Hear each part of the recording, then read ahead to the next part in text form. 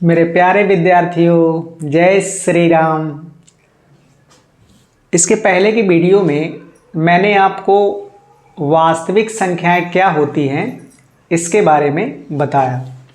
आज उसी के आगे की कड़ी में किसी संख्या का गुणनखंड क्या होता है इसके बारे में बताने वाला हूँ।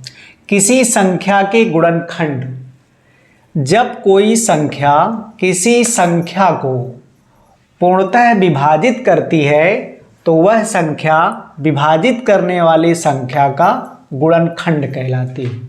ये कैसे? देखिए, जैसे 48 हमने संख्या लिया, 48 को 1 भी डिवाइड करती है, 2 भी, 3, 4, 6, 8, 12, 16, 24 और 48। ये जितनी भी संख्याएं हैं ये 48 के गुणनखंड हैं अर्थात फैक्टर है।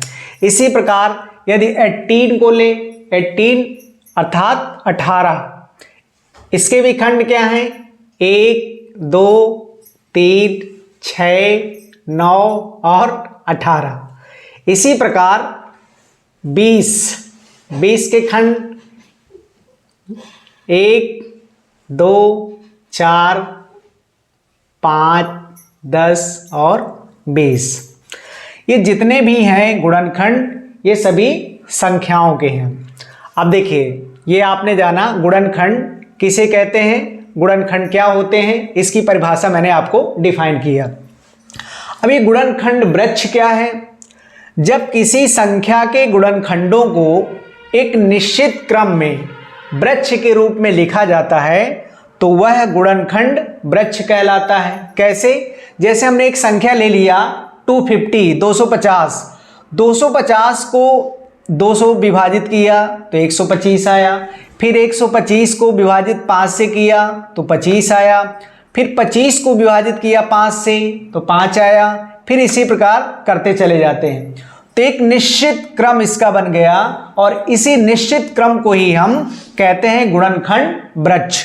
जैसे पहले ये 2 आया तो 2, फिर 5, 5, 5, 5 और ये लास्ट वाला 5। इसको आप घातों के रूप में भी लिख सकते हैं, 2 × 5 की पावर 3। एक उदाहरण और देखिए, कोई ले लेते हैं।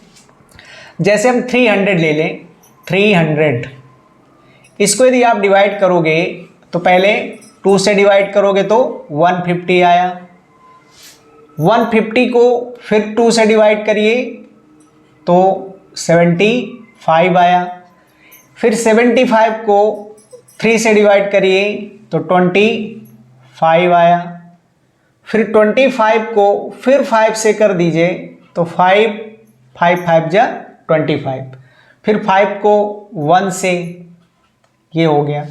तो इसके जो गुणनखंड आएंगे 2, 2, 3, 5, 5, अर्थात इसको लिख सकते हैं आप 2 की पावर 2, 3 और 5 की पावर 2।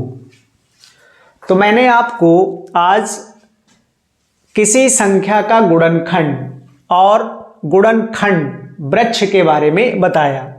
गुणनखंड आपको मैंने बताया कि यदि कोई संख्या किसी संख्या को विभाजित कर देती है तो विभाजित करने वाली संख्याएं उस संख्या का गुणनखंड कहलाती हैं।